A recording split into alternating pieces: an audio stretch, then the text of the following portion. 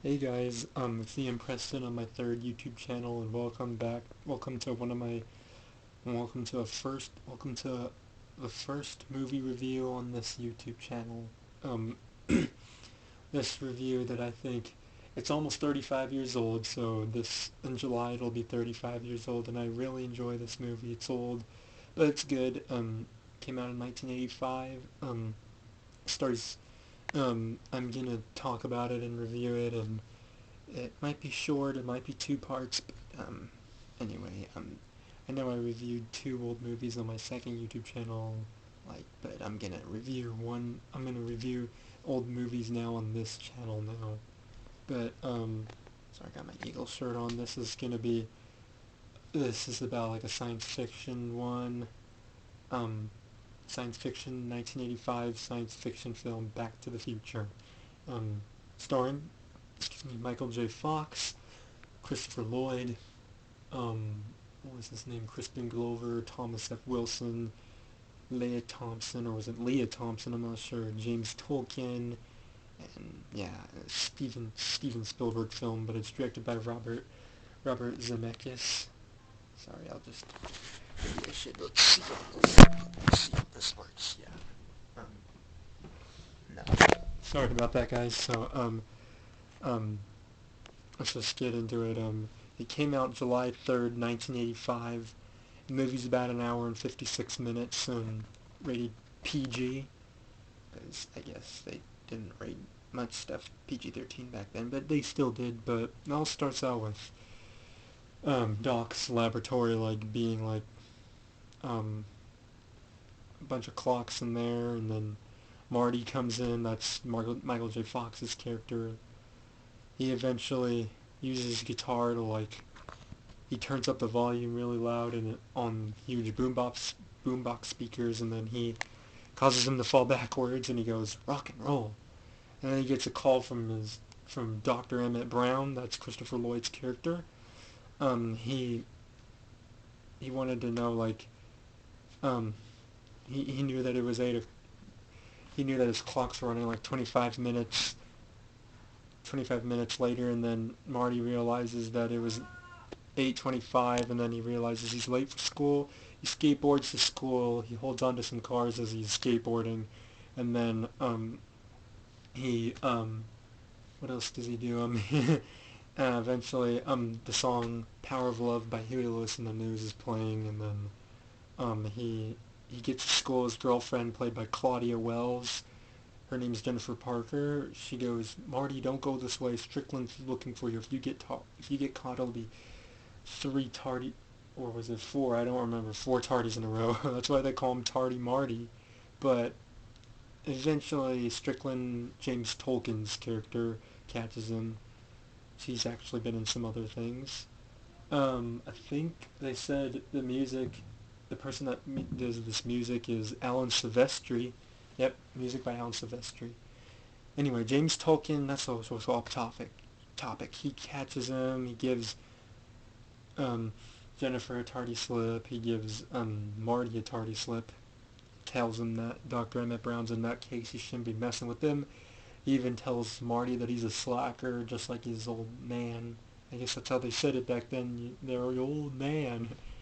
And then later on, Marty and his band called the Pinheads play, and they play one of Huey Lewis's songs, and one of the judges was Huey Lewis. Huey Lewis says, "I'm just afraid you're too darn loud." So yeah, Huey Lewis makes an appearance, and a short appearance, and then um, eventually Marty's starting to feel like he just doesn't think he can't take the kind of rejection, and he thinks he sounds like his dad.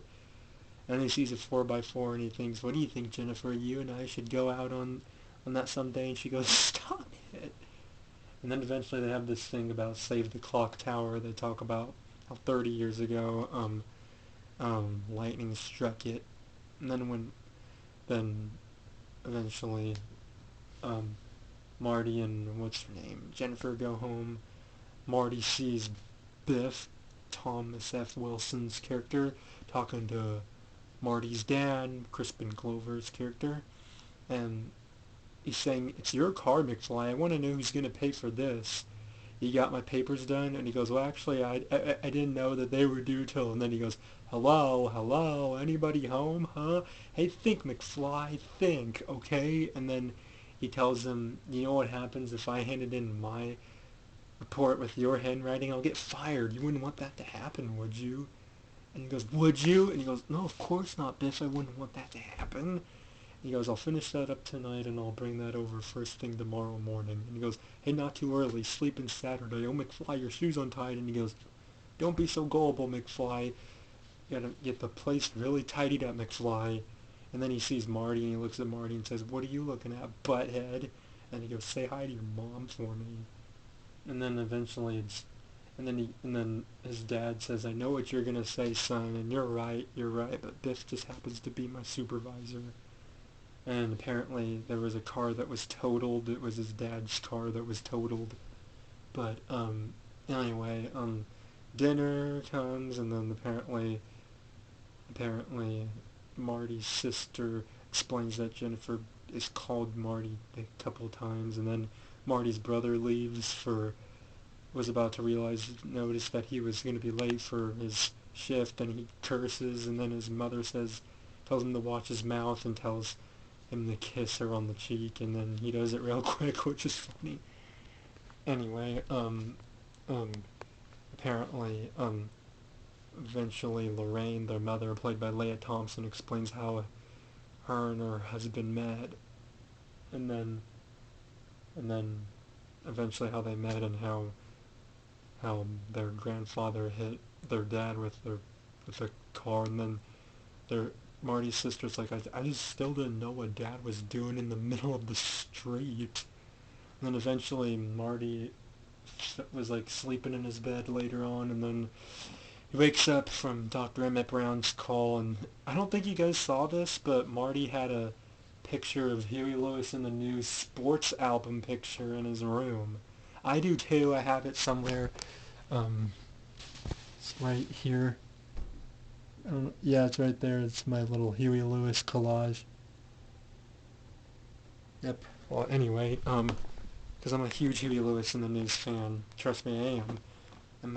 And I even did I even did a review on his Huey Lewis in the News sports album. Just to let you guys know, you should check that video out. It's a little short review of one of my favorite albums from Huey Lewis in the News. But also, anyway, let's get back to the movie. Marty skateboards to the mall, then Dr. Emmett Brown shows him Marty records him, he shows him his new time machine that he's built out of a DeLorean. Eventually they sent Einstein, Dr. Emmett Brown's dog, and then he goes like flying, and then Marty believes that he disintegrated him, but he didn't. And then eventually he comes back, and then the DeLorean was not hot, it was cold. And then eventually he explains that some terrorist group was asking Emmett Brown to build a bomb or something. And then eventually he shows Marty some of these like you can like type in wherever you want to go, when you want to go, like say see the birth of Christ, or see the Declaration of Independence, or go back to November 5th, 1955, where apparently when he invented time travel. Then the terrorist group shows up, they shoot Emmett Brown, and then Marty escapes. Luckily Einstein was in the car, and Marty goes like 90 miles per hour, the terrorists chase him. Then Marty ends up in the 1955, November 5th, 1955, and then these people think he's an alien, and they try going after him, and then he eventually hides the DeLorean, and he finds himself in this town, Hill Valley, in a town. Apparently it's what it was back in the 50s. He goes into this diner area, tries to call Emmett Brown, but he doesn't. Then he orders something without any sugar, because he tries to tell the dude to give him a tab first, and he says, "Tab? I can't give you a tab. What do you order something?" "Alright, give me a Pepsi free." And he goes, "Do you want a Pepsi, pal? You're going to pay for it." "Look, just give me something without any sugar in it, okay?" And he goes, alright, something without sugar. Anyway, stay tuned for part 2.